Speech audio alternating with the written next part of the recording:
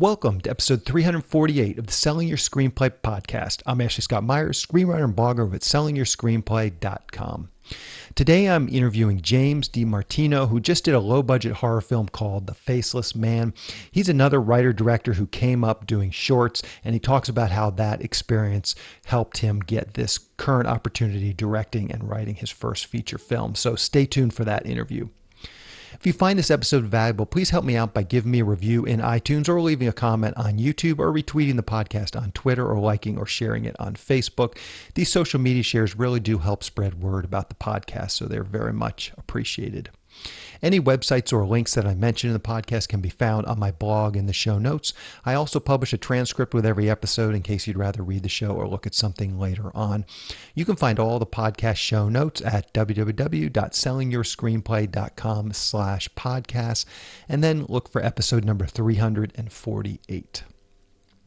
If you want my free guide, How to Sell a Screenplay in 5 Weeks, you can pick that up by going to sellingyourscreenplay.com/guide. It's completely free. You just put in your email address and I'll send you a new lesson once per week for 5 weeks along with a bunch of bonus lessons. I teach the whole process of how to sell your screenplay in that guide. I'll teach you how to write a professional logline and career letter and how to find agents, managers, and producers who are looking for material. Really is everything you need to know to sell your screenplay. Just go to sellingyourscreenplay.com/guide. So now let's get into the main segment. Today I am interviewing writer-director James Di Martino. Here is the interview. Welcome, James, to the Selling Your Screenplay podcast. I really appreciate you coming on the show with me today. Yeah, thanks for having me. So to start out, maybe you can tell us a little bit about your background. Where did you grow up and how did you get interested in the entertainment business? Yeah, cool. Well, I'm from Melbourne, Australia. I've lived there all my life. Basically, I've always had an affinity for film and for writing. I guess you can trace back. I was always very obsessed with the camera and making unique stories. Of course, when you're growing up, especially in Melbourne, Australia, at the time when I was growing up, the making films was very niche, or there wasn't many people that were doing it. So, it wasn't a viable career path for many people. So there was a time where, I dedicated a lot of time to writing. And I wrote a few novels that weren't ever made, but they were written. They were edited and I never bothered to get them because, they're first works and stuff. And I started to realize that, not many people do read novels and books. There came a time where, I got back into film and I experimented a lot with the Handycam first. And then after I graduated university, so I decided to fall into marketing and I kind of became an academic by a bit of, just luck, I guess. And so that research requires a lot of writing. And I became a researcher in marketing. So at that same time, I never wanted to be a teacher that was preaching without doing. So I started up my own business, which was Chapter 5 Studios, which was a production company. And at the start of the journey, it was really about working out what the business wanted to do. Did we want to make films? Did we want to do advertisements? So we made a series of short films, and during that process, I wrote 6 scripts. I wrote four scripts. I produced a total of 6. That was a really good learning experience for me, and that also made me know what I wanted to do. I wanted to focus on making movies. Yes, it's a lot harder that way, a lot less money, but it was something that I really wanted to do. Then basically I decided to write the feature screenplay for The Faceless Man. Yeah. So let's talk about some of these shorts for a minute. How did you get this production company started? Did you raise money? Was it just self-funded? Maybe talk about some of those early steps, just getting it started, then going out and doing some of these shorts. It sounds like you kept saying you went back into film, but what does that actually mean? What were you doing beforehand that gave you sort of the experience to actually go out and have the confidence to go out and actually make some short films? Yeah. I guess one of the things that happened to me very young was I ended up getting cancer when I was 18. So when you're diagnosed that young, it's hard, And before then, I was just at university, was doing a business degree, and after that incident, I kind of realized that you do what you want to do in life. because you've only got one time, and being very young like that, you can, it's tough. It's hard on family, friends, and yeah, going through that, you never want anyone to go through that. Yeah, sure.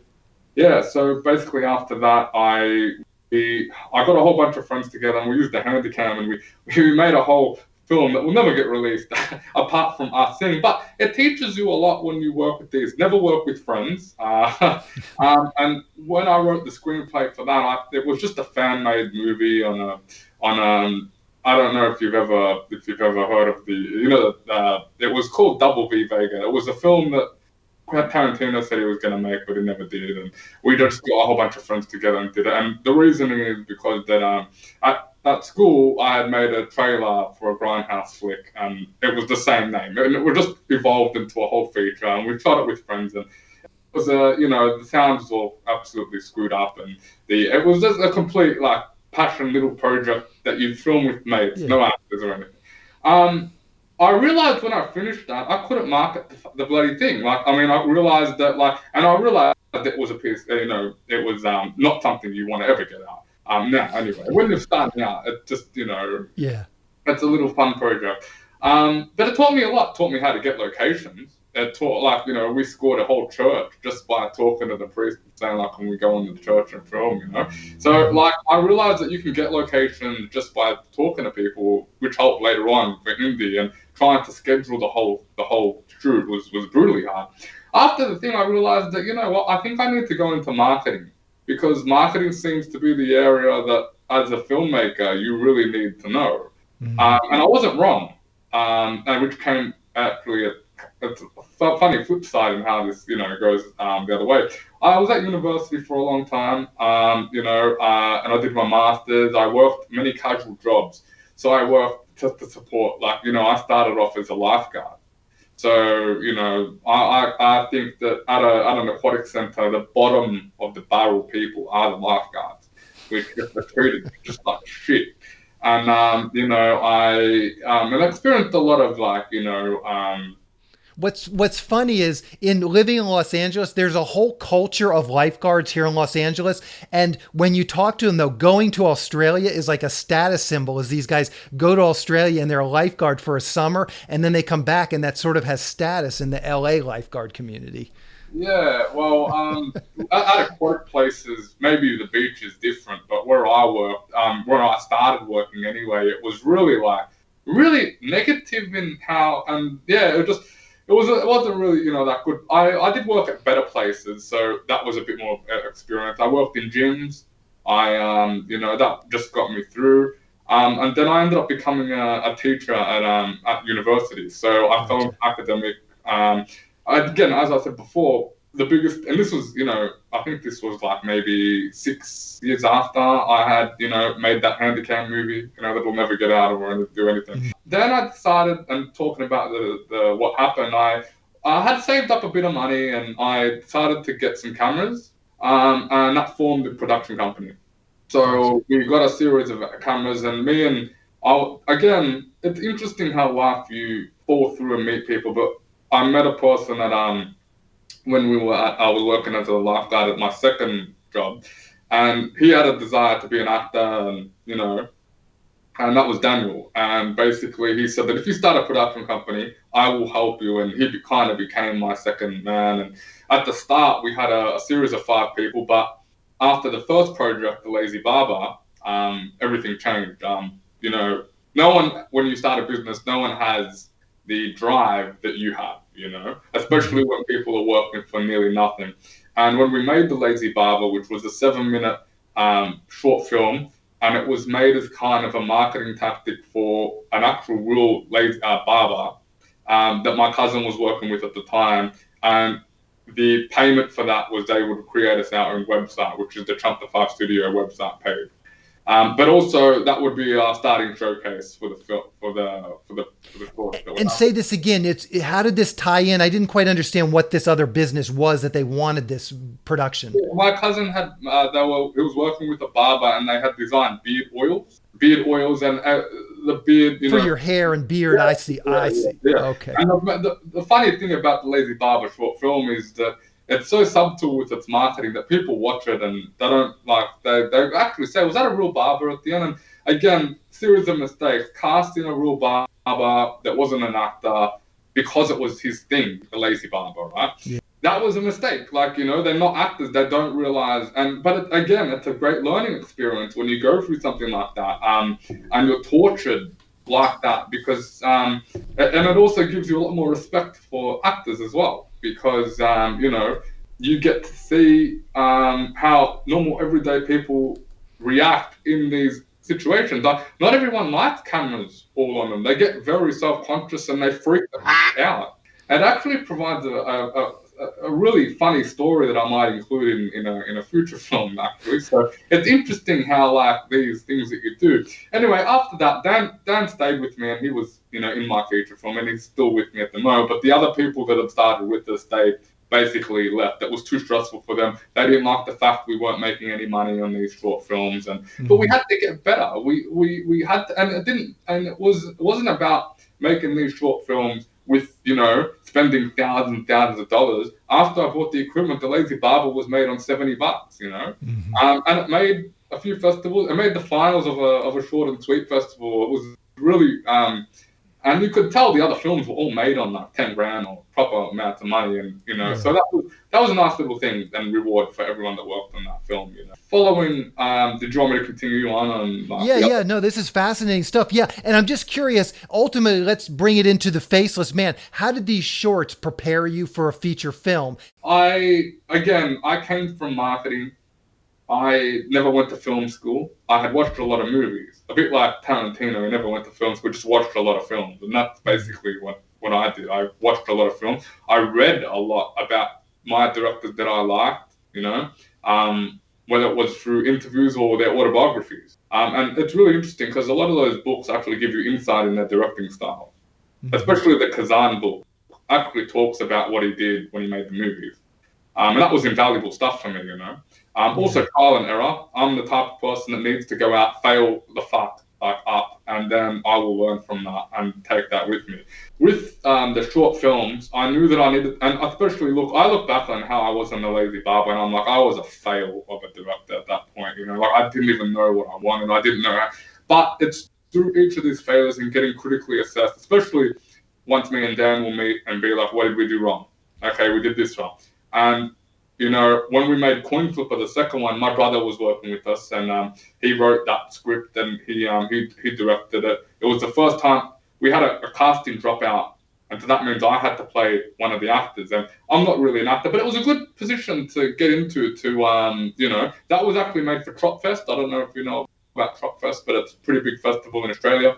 Okay. We actually made the shortlist final. Again, the movie was made on maybe like $100 or something. It had a number of sound issues that required a lot of revision because we just didn't, have the best sound and stuff. It was on the third short film that we made about an eccentric painter. It was a very creative script my brother wrote and I directed. And it's really sad what happened with that film. And it showed me what happens when you have production problems. So technical problems specifically. We couldn't light the scenes at all that we had. We had no experience lighting big stuff. It was a lot more complicated, set out wide than we had previously done, especially the Lazy Barber being in just specific scenes, Coin Flipper being all on one table. Now we had people walking in and out of the house, and it was a lot more complicated. And it was really, we shot it over 3 days in an artist's house. So we found this house that was amazing. It had I've never seen anything like it before.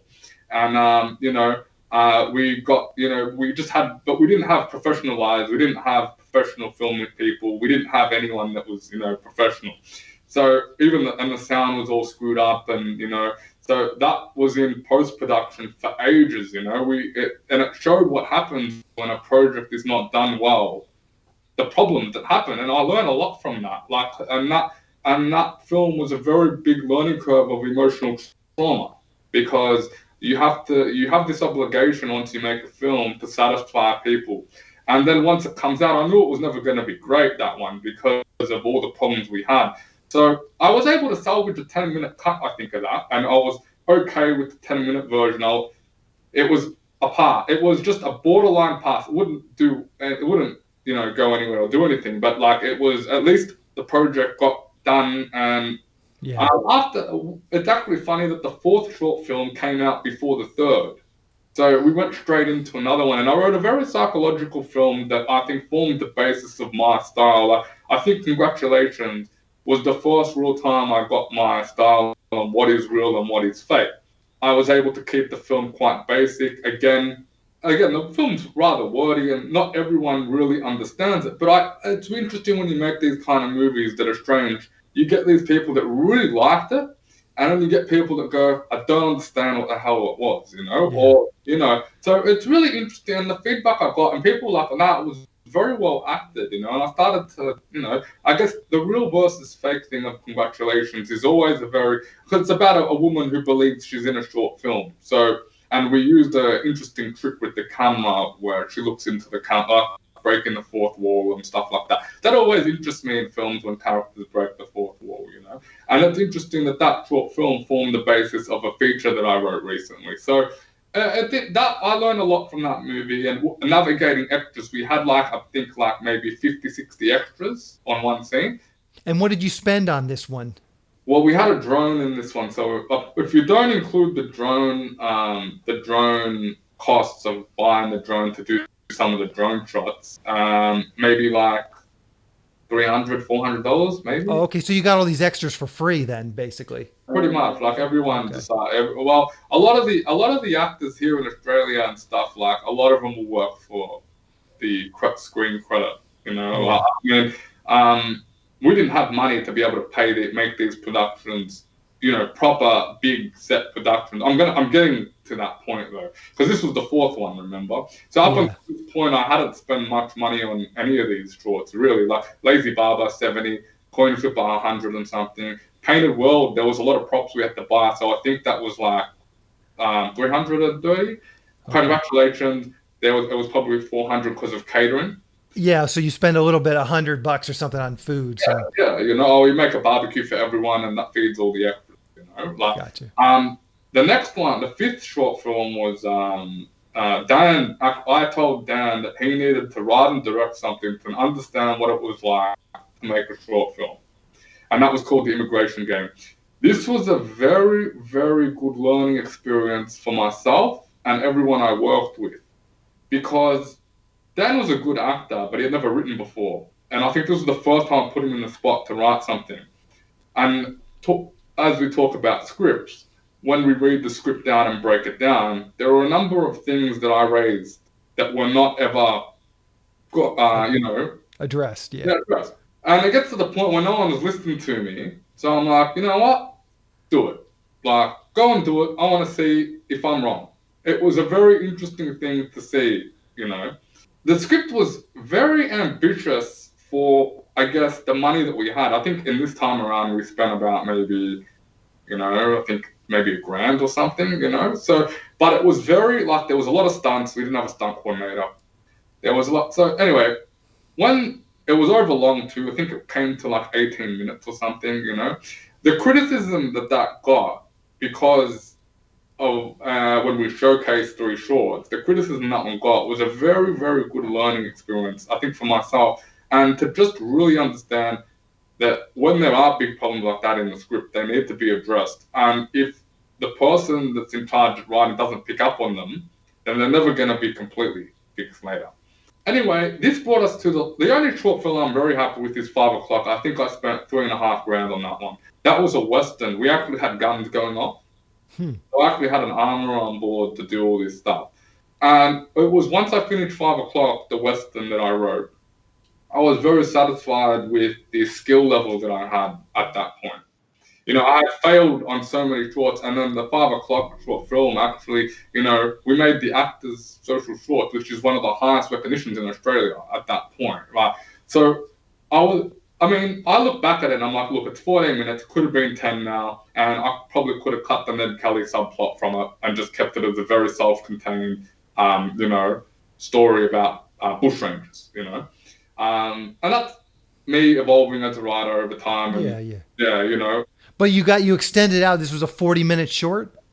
No, it was a 14-minute Oh, short. 14. I thought you said Yeah. 40. Gotcha, Well, no, gotcha. no, but I said now I'm looking at it and I'm like, Yeah, I could have easily been cut to 10 if I was a, wiser editor back then. gotcha, gotcha. But anyway, look, you have your limitations. Nothing's perfect, and I was happy with the film. Like there was a lot of Yeah. gunshots that went off that I was very happy that we did, and the acting was pretty decent throughout it. So yeah, and I guess that's where it leads us from that short story to me. After 5 o'clock was done, I was like, okay, now's time.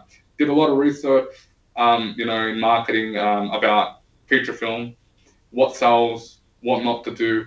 I saw a lot of what people failed to do. Their first feature movie. Did you want to talk about this now, or did Yeah, you? yeah, let's dig into this now. This is some of your thoughts. So you've just completed your first feature called The Faceless Man. Maybe to start out, just give us a quick picture log line, sort of what's this story all about, and then we'll dig into some of these details. Yeah, sure, sure. So basically, it's about six friends that, it focuses on Emily, who was a cancer survivor. And basically, that sets off with six friends going out to well, not a cabin in the woods, but it's a holiday house in the country, right? Gotcha. And they're basically terrorized by the locals, the redneck locals, and a paranormal monster, the Faceless Man, as well. So, and it's throwing them into really crazy situations as they, try and avoid death. Yeah. Yeah. You keep mentioning too that you go back into academia where you have a job. What do you teach in academia? Or what is your job in academia? So marketing. So marketing. Okay. So that's sort of your fascination with marketing. So I think that's so interesting. So let's go back into what you're talking about before. You're doing the research and trying to figure out what is your best option in terms of marketability. So maybe take us through that journey. Yeah, sure. I mean, I saw especially a lot of projects here in Australia that just crashed and burned, meaning a lot of money was spent and these movies never went anywhere. I mean, not even known in USA, or the people that made them made no money. And that always really frightened me because I want to be able to at least make money to support myself, right? Or and how come all this money was spent and they never recouped anything of it? But then you look at these projects and you're like, they're boring, or there's nothing happening in them, or they're, in my opinion, they're golden calves, which is a fantastic terminology that was used about The Last Jedi. A golden calf is basically something unworthy of worship. And some films fall into those categories. And I think that this is not to bash the Australian industry, but there are a lot of films here that are golden calves. They're unworthy of worship and they're praised and they never make anything and no one ever hears about them. Meaning they're praised in the critical sense, like, oh, this is a critical achievement, but nobody actually wants to see the movie. Yeah, or the audience hate or backlash against it, like a bit like The Last Jedi. That kind of falls into that. That was a term I saw online, and I really liked it because that was true. There are these movies that are praised, or they can come, but people don't like them. They don't want to watch them, and the reaction is very bad. And I saw a lot of that, And let me just interject there. One thing I find with a lot of the European filmmakers that I talk to that have this same similar attitude is a lot of the money in European cinema comes through the government. So it's not, in Hollywood, say what you want about the Hollywood system, but it is ruthless in its attempt to make money with the projects. And I find with a lot of the European filmmakers, because a lot of the money's coming through the government, so they're not as concerned as ROI. ROI is not the primary objective. I mean, in Hollywood, ROI is the primary objective 100% of the time because these are businesses trying to make money. Whereas in Europe, is that part of the issue in Australia? Is there a lot of government money that's funding some of these movies? So just the emphasis is maybe not on making money with them. Yeah, I mean, I do think that, back when you go back to the 80s, and again, The Faceless Man is an exploitation throwback to the golden age of cinema here, I feel anyway. But when you go back to the 80s, many people were private investing, making heaps of crazy films, and Mad Max was one of them. And everyone heard of Mad. And because you had this crazy creative period of time, many creative, crazy projects came out. And it's interesting how everything just phased out and now it's all about diversity, And the government are just pouring, like you said, Screen Australia, Screen Victoria, want things to be a certain way, I guess. I knew from the moment I wrote my script that the government would not support it. because it was just too crazy. It had too many themes that go against what they're making. So I didn't even bother to send in an application because I knew that I'd be wasting time, effort, and I think to answer your question, that's definitely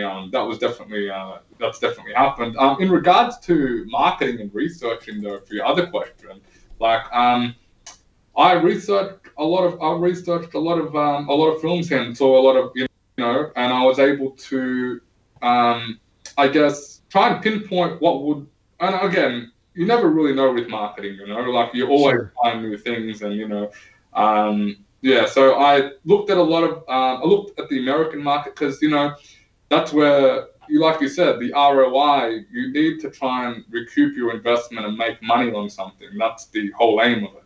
So I looked at it, and horror was the most. I mean, it seems to be the area of films where people watch indie horror movies. They're actually perceived as like most people watch them. So a bit better than like a drama or romantic rom-com that just, unless you get a known actor in there, no one will bother to watch it around the world. So do you want me to go on the script process now? No, I think this is fascinating. The other question I was going to check, at this point, so you've done a bunch of these shorts, you've entered them in festivals. Had you met any distributors? And as you're doing this market research, did you reach out to any distributors to kind of get their feel on the project, a horror, Australian, throwback horror movie? Did you start to maybe talk to some of those folks? Well, I guess, I was at the time I was teaching, so I was teaching and making movies at one specific time. I was teaching market research, was actually a subject I taught, and I also taught branding, and I was also writing a script at the time. And what I did was I watched a lot of exploitation films, so Mad Max, I watched Dark Age, I watched Turkey Shoot, Brian Trenchard Smith stuff, and I watched a lot of that, and I watched a lot of horror movies, Evil Dead, Wolf Creek, and it was through that time and forming these ideas that I came to write The Faceless Man. It was almost like a deconstruction of what had come before, because what I hate is I find a lot of horror movies very, very boring, very predictable. I know exactly what's going to happen, and I despise Split for the last 20 minutes of watching someone run around chased by someone, and I'm like, this is ridiculous. Like, this is boring. Like, people did like that movie, but I just find that stuff very boring. Like, it's like, well, we've got another 20 minutes of watching her run away. She's the only one left. Like, what's going to happen? Like, that's just me, though. Like, some people, people can like what they want. But I was very big on creating a deconstruction. So getting the stereotype characters from horror movies and breaking them down into kind of situations they wouldn't generally be in other horror movies. And I was very big on references as well. So for me, having a movie that had throwbacks to other movies was something that I really wanted to do. I don't know why, but I kind of, whenever I see a movie that referenced other movies, I get a smile on my face. I'm like, oh, that's from that movie, that's from that movie. And if I don't know where the reference is from, I'll try and find it, and then I'll want to go watch that movie, And so that was something that I really wanted to play as well. There was a big extreme factor because some of the characters that I had written were extreme. One guy's name was Barry the C Word, so that was like his name. Yeah. Interesting thing about that is that even reviewers that have not liked my movie have actually liked that character, which is ironic. It's funny because did I go to distributors? Well, we went around to a few people to get some insight, and the feedback I got from one was very funny. I didn't get a proper detailed analysis of the script, so I was never sure whether it was read or not, like properly. But I got that, uninteresting characters, not politically correct. A character was called the C Word, and there was one other criticism as well. And I'm like, that. Not politically correct. What the actual screwed up? How screwed up that? This is a horror movie. Like, why would you not want these kind of things in there? And the too many characters. I'm like, but the characters get killed off in horror movies. You need the body count. Like, it's not, it's interesting on the flip side when you hear the criticism about characters in horror movies that get killed off and stuff. But go back to the Evil Dead, like these characters were so basic, like, and then they were just killed off. Like there was no real, like, these characters are gonna die in horror movies, like. So you need to try and weave in interesting plots and situations, more so than than the central, apart from some central characters and supporting characters that come off very colourful. So I kind of knew that I had to make the movie first to the vision that I wanted, and then go about trying to get the movie distributed. So there was I made a few mistakes along the way. We had a producer on board at one point that said they were going to do a lot of things and didn't. And that really screwed up a lot of the timeline of the movie. We never really, the Faceless Man we never had a lot of money, In fact, I think people would be very surprised, maybe not now, I wouldn't say it, but, after the film's release, but to be surprised in what we actually had to make it, like it was a very, I could never do this movie again the way I did it. It was very hard. It was a brutal experience in making. And let's talk about your crew a little bit. What does a crew look like for this? Who do you have? You have a DP, an AC. Do you have a couple PAs, some grip, electric guys? Do you have a makeup hair? Maybe talk about just what you have. What kind of camera did you shoot on? That sort of stuff. I'd be curious to hear. Yeah, well, I mean, it's an interesting, because some days we did have 100 extras and stuff. So, we did have to have quite a few people in that infrastructure. And the problem is that, and what I found is that some actors, not everyone, some people work for a combination of deferred and payment. Some people chose, and this was all contracted, to work as volunteer in the movie. That was all negotiated. The crew were all paid a very small amount of money. It wasn't a great amount of money. Some people knew, again, that they were working as volunteer. And also, this always, because it ends up being work, and people think that working on a film is fun, So that does cause problems around, and especially with some actors that didn't realize what they were falling into. They didn't realize that they were falling into something that they would have to be on the ball with, all the time, and there will be many takes, and days will be long. There'll be 14-hour days, and we would go overtime or whatever. So I had my DP, Reese, we worked on 5 o'clock together. We had a pretty good relationship when we made the movie, He was actually very talented in also lighting. We did have an assistant. We did have a gaffer, but not for the whole shoot. We didn't, And Reese was able to I call him a lighting DOP, which is basically what they used in the old days. He was very good at lighting the set, with the minimal stuff that we had.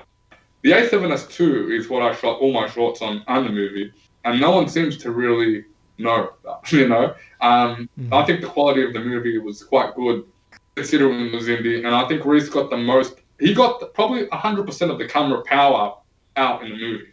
Of course, if this was me today, I'd go and shoot on the Arri Alexa Mini. That's what I would go and do straight off the bat now. Yeah. But at the time, making the movie, we had limited resources, And we had to and we knew that, do we want to spend $7,000 a week to hire these cameras out, or do you think we can shoot on the A7S II in 4K and that'll be all right?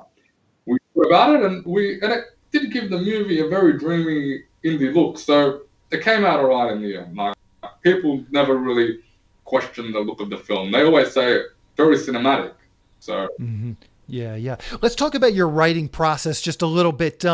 Where do you typically write, and when do you typically write? Do you go to Starbucks? Do you have a home office? What does your writing schedule look like? When you get into the groove of writing, do you write, 3 hours a day for 30 days? Do you write 16 hours a day? What does that actual writing process look like? I mean, my writing style suits when I want to write. So, I hear a lot of people say you've got to write every day to be a writer.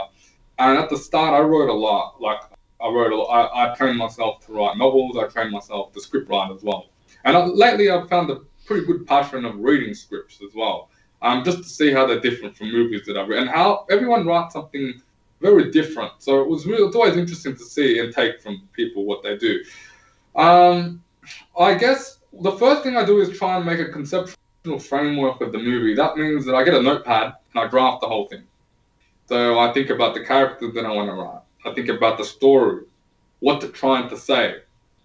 That's a big thing because I don't want to. And so, how long do you spend on that process? Like using this movie as an example, how long do you spend on that? Well, The Faceless Man was when I was starting the process. So, I mean, when I even going back to novel writing, I'd always get a notepad and write everything down because I just felt that was the best first way of doing it. Faceless Man probably took probably took a week of drafting where I was trying to devise what the characters and situation. I wrote everything down, character names, their bios, how they were different. It's interesting when I go look back now, how different the characters were. Like, characters were called different names, completely different names, and story beats were very different.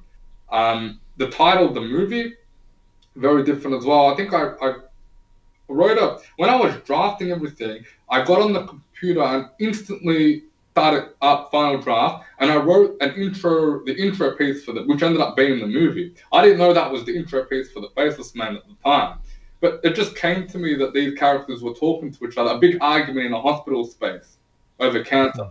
And that same intro piece that went for 7 pages was molded later when the Faceless Man script became more rounded, and I was able to tweak it to suit the film from that. So that was The Faceless Man for me is a very different process than how I would write and draft stuff today, just because of how crazy the idea was and how different it was. Like, it's not your typical horror film, it's a deconstruction, and I hope that for me anyway, if I watch something different, I always appreciate it, and I always think that it was different. It's not your typical run-of-the-mill. I hope that, there are heaps of horror movies out there that are your typical run-of-the-mill horror movies where the monster's chasing someone, people die, and that's it. Yeah. Now this is a different movie, and I hope that people don't expect the same thing. Like, it is a deconstruction of the genre. I almost want you not to feel like you're watching a horror movie at some points, and then all the horror elements hit later on in the script. I wanted it to feel almost like a trip as well, where you're going through drama, intense drama, into, comedy, into mystery, into dark comedy, mystery, and then hit with the horror. Like, I wanted it to flow differently. It was a very different experience and balanced. And some reviewers have been very good on picking up that the balancing act the movie was playing between jumping from a comedy aspect to dark horror. And that came out when I was writing, when I realized that things do need to have bright moments, or there needs to be moments of dark humor here and there. Not everyone will find it funny, because humor doesn't break culture, so some people find it funnier than others. But I mean, that helps those horror moments so much more. And also, this comedy, it's dark, man. It's not meant to be where you should feel bad for laughing, really. Because it's the situation that's so extreme that it's like, oh, shit, like, I really shouldn't be laughing at this. Yeah. Okay, so now you're done with the script. You have a draft you like. What were your next steps? You're also a producer on the project. So what were those next steps to raise money? Was it self-financed? Did you go out Kickstarter? Did you go out to friends and family? Did you go out to some production companies? What were those steps? Yeah. So basically, we did do a Kickstarter, and that was a very stressful and full-on process. We aimed for 10 grand. So we kept it very small for a reason, that it was like, I kind of realized when I was doing it that if I didn't hit the target, then the whole morale of the team drops significantly. Generally, the productions, and especially indie, they go kind of like a parabola, like that, and then up again, meaning that people at the start are very enthusiastic to get ahead. Like, the actors, everyone's your best friend. Everyone's there for you, everyone. And I think that Kickstarter period was a really good boon for everyone, because even though it was hard, it was brutal, we raised $11,500. So we went over the limit by $1,500. And that money helped a lot to get the creature and other things, more money to make things better. Right? So as lead producer, I had invested my own money into the project, as well as we were able to get one private investor on board to help raise money for the movie. And that's basically how I was able to get the funds. Do you have any quick tips running the Kickstarter? I've done a couple Kickstarters myself, so I'm totally on board how hard they are. Do you have one or two tips maybe for people that are thinking of running a Kickstarter? And then the second part of that would be one or two tips that for people when you're trying to approach an investor. What did that pitch look like to your investor? Yeah. So basically, in terms of the Kickstarter, you'll never be more prepared. So you can't. I mean, I've seen a lot of fails, a lot, and I've tried to help people too. I guess my marketing background did help a lot because I knew that things needed to look good. One of the first things I did we haven't even gotten to the Faceless Man design, because how that written and translates to screen, that's a whole talk in itself when it comes to, the differences with writing and writing for screen, That whole process required me to pay for a whole series of concept art. Once I had all the concept art, and it was very well drawn. Austin's a magnificent drawer. That was able to help sell the image of the movie. The Faceless Man hasn't been done before. There has been no monster or creature in any horror movie that looks like this. It was inspired by a bit of Pan's Labyrinth and John Carpenter's The Thing, but there hasn't been a monster that has been a representation of cancer in anything. So it was unique. That was the marketing hook that we had. And I think that's the hook that has drawn people to it or made people interested to watch it, was that big hook of the monster. I needed that to draw people in. Gotcha. And then on the Kickstarter, give us a tip on the Kickstarter. Yeah. So I had a lot of concept art that was shown. Titles were custom made, and the rewards were well thought out. So people if you put in $1,000, for instance, you became an associate producer. And there were 2 people that did that. That's a pretty significant boon to your campaign. Mm-hmm. A lot of people put in 50. I mean, I think I could have done it even better, to be honest. If you had the time and the knowledge, you can approach sites, you can approach your network better. And every day you need to have things that are going up to get people interested. We had videos every day, interviews of cast and crew. I had the very first video people saw was a 3-minute video that had me in it that was talking about what the movie is and the inspirations for the movie. I think that was very important to give people that and to show people that and the people that were working on it had worked on other big films like Wolf Creek, Barber, other films that people had been aware of. Mm-hmm. It was a constant battle and struggle. The way Kickstarter works is at the start, heaps of people put in. So we made like $2,000 or something within the first 2-3 days, right? Then there was many days where hardly any money came in. And that's when you're like, what am I doing wrong? You're trying to share it everywhere. You're trying to, now, with the contacts and stuff I have now, you realize that you can probably even try and get some kind of small PR people in there to try and help drive it up. You got to be careful of costs, because every cost you spend is money that you're getting in that's not coming out. Yeah. So basically, once we got more towards the end, we noticed that people were putting in more towards the end. So that middle period is the hardest. You've got to really try and get people motivated to put in that. Mm-hmm. What can you do? Maybe some flash rewards where if people put in on this day, they get something, that they wouldn't normally get. So yeah, it is hard. We were very fortunate to have a pretty good network though. We had a good network of people that were interested in the project and wanted to see it get made. Gotcha. How can people see The Faceless Man? Do you know what the release schedule is going to be like? Yeah. So the 28th of August, which is in a couple of days, they can see it on Amazon Prime, Vimeo On Demand, Gumroad, and Real House. So it's quite a number of streaming platforms. Yeah, perfect. What's the best way for people to keep up with what you're doing or to contact you? Twitter, Facebook, a blog, anything you're comfortable sharing, I will put in the show notes. Yeah, so the Chapter 5 Studios Facebook page is constantly updated with what we're doing next and everything. That's probably the best form. And what's that? Say that again. What's facebook.com/what? No, it's Chapter 5 Studios. Oh, it's its own website. Yeah, the Facebook page is constantly updated, so that's probably the best way where people can go to have a look at what we're doing next. Okay. And I'm pretty, Instagram as well. We've got an Instagram page. Our website, Chapter 5 Studios as well. People can contact me directly from there. So Perfect, perfect. Well, James, I really appreciate you coming on and talking with me today. Good luck with this film, and hopefully I'll have you back in a couple months, and you'll have your next couple years. You'll have your next film. Yeah, awesome. All right, well, thanks a lot for that. Yeah. Thank you, James. We'll talk to you later. Okay, awesome. All right, bye. Bye. I just want to talk quickly about SYS Select. It's a service for screenwriters to help them sell their screenplays and get writing assignments. The first part of the service is the SYS Select Screenplay Database. Screenwriters upload their screenplays along with a logline, synopsis, and other pertinent information like budget and genre, and then producers search for and hopefully find screenplays they want to produce. Dozens of producers are in the system looking for screenplays right now. There have been a number of success stories come out of the service. You can find out about all the SYS Select successes by going to sellingyourscreenplay.com/success.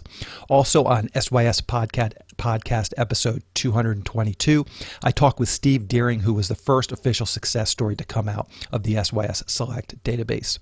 When you join SYS Select, you get access to the screenplay database along with all the other services that we're providing to SYS Select members. These services include the newsletter.